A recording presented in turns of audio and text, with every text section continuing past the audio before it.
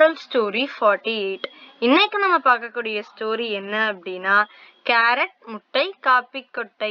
வாங்க ஸ்டோரிக்குள்ள போகலாம். அமலான்னு ஒரு சின்ன பொண்ணு இருக்கா. அவங்க அம்மா கிட்ட என்ன சொல்றா அப்படின்னா, அம்மா எந்த பிரச்சனை வந்தாலும் எனக்கு சமாளிக்க தெரியல. எல்லா பிரச்சனையிலையும் போராடி நான் தோத்து போயிடுறேன். எப்படி நடந்துக்கணும் அப்படின்னு எனக்கு தெரிய மாட்டேங்குதுமா அப்படின்னு அவ சொல்றான். அப்ப அவங்க அம்மா, சரி கவலைப்படாதடா, வா கிச்சனுக்கு போகலாம் அப்படின்னு சொல்லி கிச்சனுக்கு கூட்டிட்டு போறாங்க. கிச்சனுக்கு போன அம்மா என்ன பண்றாங்கன்னா, ஒரு 3 பாத்திரத்தை எடுத்து தண்ணி ஊத்துறாங்க. ஊத்திட்டு ஒரு பாத்திரத்துல முட்டை, இன்னொன்னுல கேரட், இன்னொன்னுல காப்பி கொட்டை, அதாவது நல்லா நுணுக்குன காப்பி கொட்டை, இது எல்லாத்தையும் எடுத்து கொதிக்க வைக்கிறாங்க. கொதிக்க வச்சதுக்கு அப்புறம் கொஞ்ச நேரம் கழிச்சு என்ன பண்றாங்கன்னா, இந்த அவிஞ்ச முட்டையை எடுத்து வெளியில வைக்கிறாங்க. கேரட்டும் பாயில் ஆயிடுச்சு, அதையும் எடுத்து வெளியில வைக்கிறாங்க. இந்த காப்பி கொட்டை, அந்த தண்ணி இருக்கும் இல்லையா, அந்த கொட்டையை எடுத்துட்டு அதை மட்டும் வடிகட்டி ஒரு கோப்பையில ஊத்தி வைக்கிறாங்க. இப்ப அமலா கிட்ட கேக்குறாங்க, இதெல்லாம் என்னடா அப்படின்னு. அப்ப அமலா சொல்றா, இது முட்டை, இது கேரட், இது காப்பி அப்படிங்கிறா.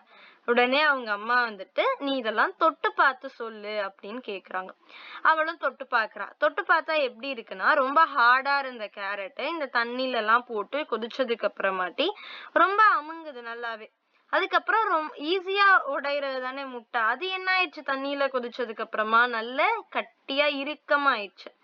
இந்த காப்பி கொட்டை இருக்கு இல்லையா, அது அதோட நறுமணத்தை பரப்பி அந்த இது வந்துட்டு ரொம்ப சுவையா இருக்கு, ரொம்ப நறுமணமாவும் இருக்கு. இது எல்லாத்தையும் பாக்குறான் அமலா. பார்த்ததுக்கு அப்புறமாட்டி அவங்க அம்மா கேக்குறாங்க, இப்ப இந்த 3 விஷயம் இருக்கு இல்லையா, கேரட், முட்டை, காப்பி கொட்டை, இது 3மே ஒரே துன்பத்தை அனுபவிச்சுச்சு. அது என்ன துன்பம், அதாவது சூடான நீர்ல கொதிச்சு அந்த சூடை பொறுத்துக்கிறது, இததான் 3மே அனுபவிச்சுச்சு. ஆனா கேரட் என்னவாயிடுச்சு, ரொம்ப மிருதுவாயிருச்சு. முட்டை என்ன ஆயிருச்சு, ரொம்ப கடினமாயிருச்சு.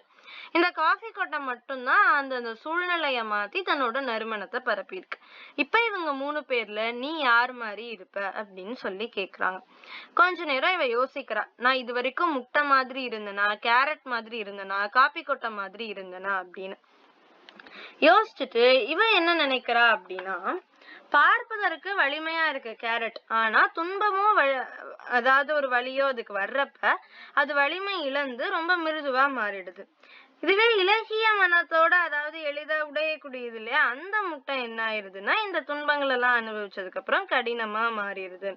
அப்ப இலகிய மனதுடையனா ஒரு தோல்விக்கு பின்னாடியோ, நிராசைக்கு பின்னாடியோ, பழிச்சொற்களுக்கு ஆளான பின்னாடியோ சூடாக்கிய முட்டையை போல கடினமா மாறுறேனா, இல்ல தண்ணீர்ல குதிச்ச காப்பி கொட்டை அதோட நறுமணத்தையும் ருசியையும் பரவ செய்து துன்பங்கள்லாம் உச்ச நிலையில இருக்கும் போது என்னைய உயர்த்திக்கிட்டு சூழ்நிலைய மாத்துறேனா அப்படின்னு அவ யோசிக்கிறான். அப்புறம் அவங்க அம்மா கிட்ட போய் சொல்றா, இது வரைக்கும் நான் எப்படி இருந்தேன்னு தெரியல, ஆனா இனிமேலு நான் யார் மாதிரி இருப்பேன், லைக் அ காஃபி பீன் அப்படின்னு சொல்றா.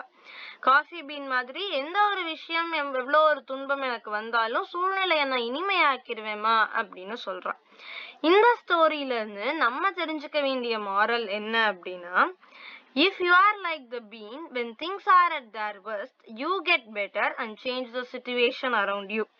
நம்ம காப்பி கொட்டைய போல இருந்தோம் அப்படின்னா துன்பங்கள் அதோட உச்சநிலையில இருக்கும்போது நம்மளை உயர்த்திக்கிட்டு சூழ்நிலைய நமக்கு ஏற்றவாறு இனிமையாக நம்மால மாற்ற முடியும் அப்படிங்கிறது தான். அதனால இனிமேல் எல்லாருமே எப்படி இருக்கணும், காப்பி கொட்டையை போல இருக்கணும். தேங்க்யூ ஃபார் வாட்சிங்.